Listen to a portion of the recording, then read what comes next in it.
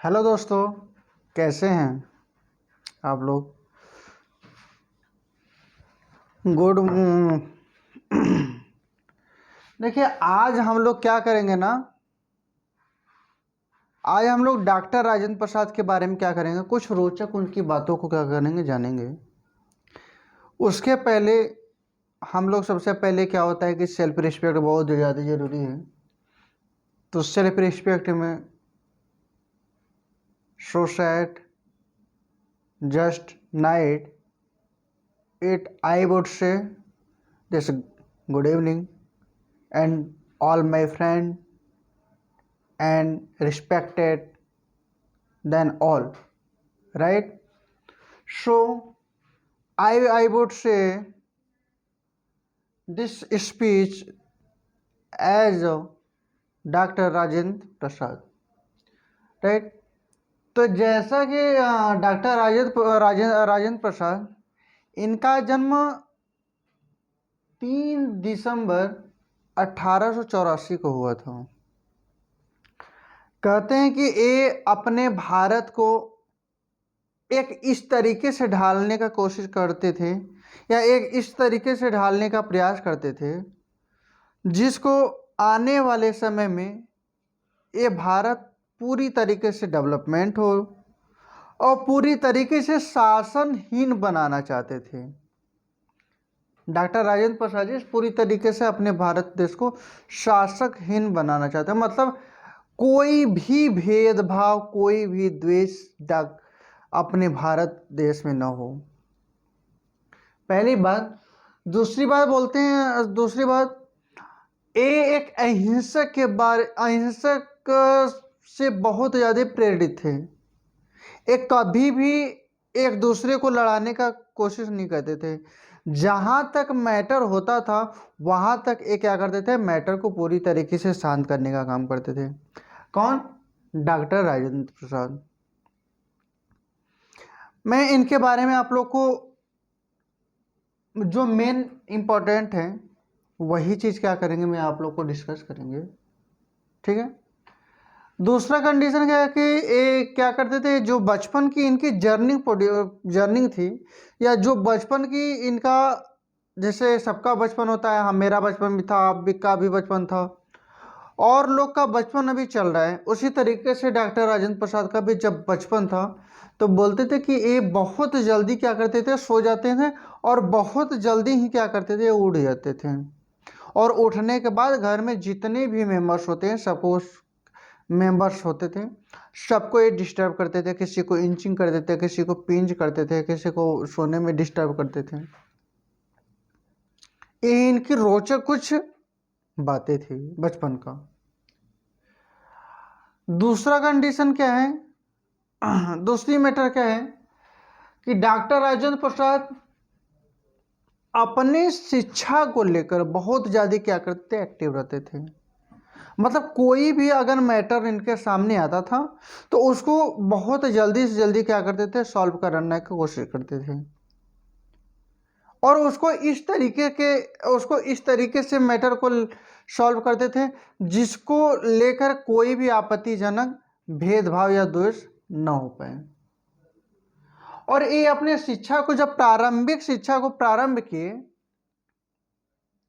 जब प्रारंभिक शिक्षा को प्रारंभ करते हैं तो जब बोलते हैं कि जब 10+12 आदमी क्वालिफाई होता है तो उसको फिर आगे की पढ़ाई करने के लिए किसी दूसरे कॉलेज में क्या होती है, दाखिला करवाने का समय रहता है। तो जब इन्होंने 10+12 को क्या किया, क्वालिफाई किया, तो ये छपरा से क्या किए, पटना चले गए अपने आगे की शिक्षा को लेकर, आगे की शिक्षा को बढ़ाने के लिए। और वहाँ पढ़ाई के दौरान इन्होंने कानून से जो भी टॉपिक होता है उससे मास्टर डिग्री का क्या किया, मास्टर डिग्री का विशिष्ट रिजल्ट को हासिल किया। और कानून या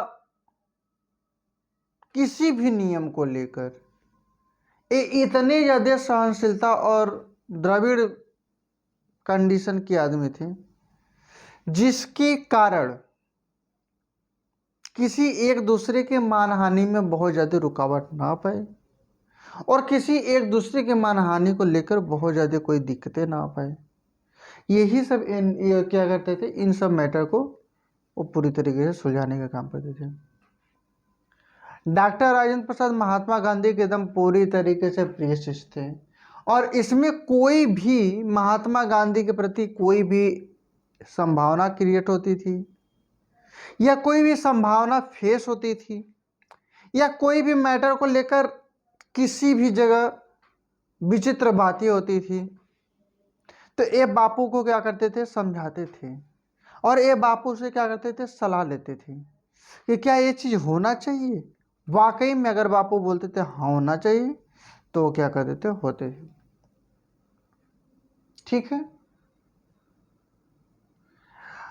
उसी राजेंद्र प्रसाद को, उसी डॉक्टर राजेंद्र प्रसाद को ब्रिटिश के प्रशासन ने नमक सत्याग्रह आंदोलन तोड़ने के लिए या नमक सत्याग्रह आंदोलन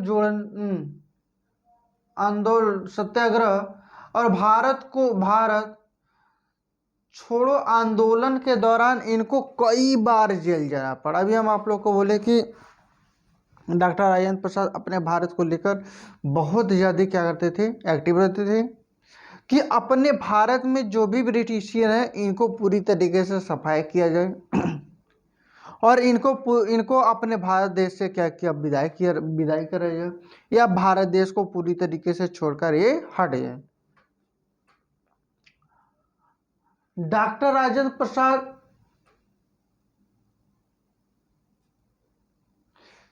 चाहे धर्म की बात हो, चाहे वेश की बात हो, चाहे मनोरंजन की बात हो, चाहे शिक्षक की बात हो,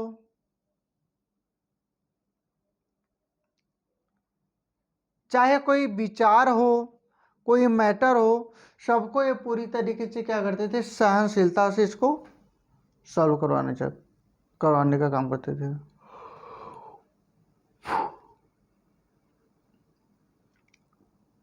जब इनकी अपनी जीवन की शैली जब कुछ दिन में समाप्त होने के कगार पर आई और ये लगा कि अब इनको लगा कि अब हम अपने देश के लिए कुछ भी नहीं करेंगे तो ये संन्यास लेने के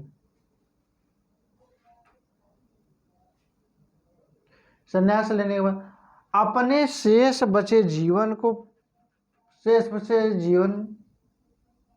को पटना के निकट एक आश्रम में इन्होंने क्या किया, बिताया। पटना के कोई बगल में आश्रम होगा, उसी में इन्होंने पूरी तरीके से अपना जिंदगी को बिताया। तो डॉक्टर राजेंद्र प्रसाद की कुछ रोचक बातें ये हैं। अब हम लोग क्या करेंगे, नए वीडियो के साथ, नए मोटिवेशन के साथ, नए लोग के जीवनी के साथ हम लोग क्या करेंगे, अगले वीडियो को क्या करेंगे, डालेंगे। उसके लिए तब के लिए धन्यवाद, प्रणाम।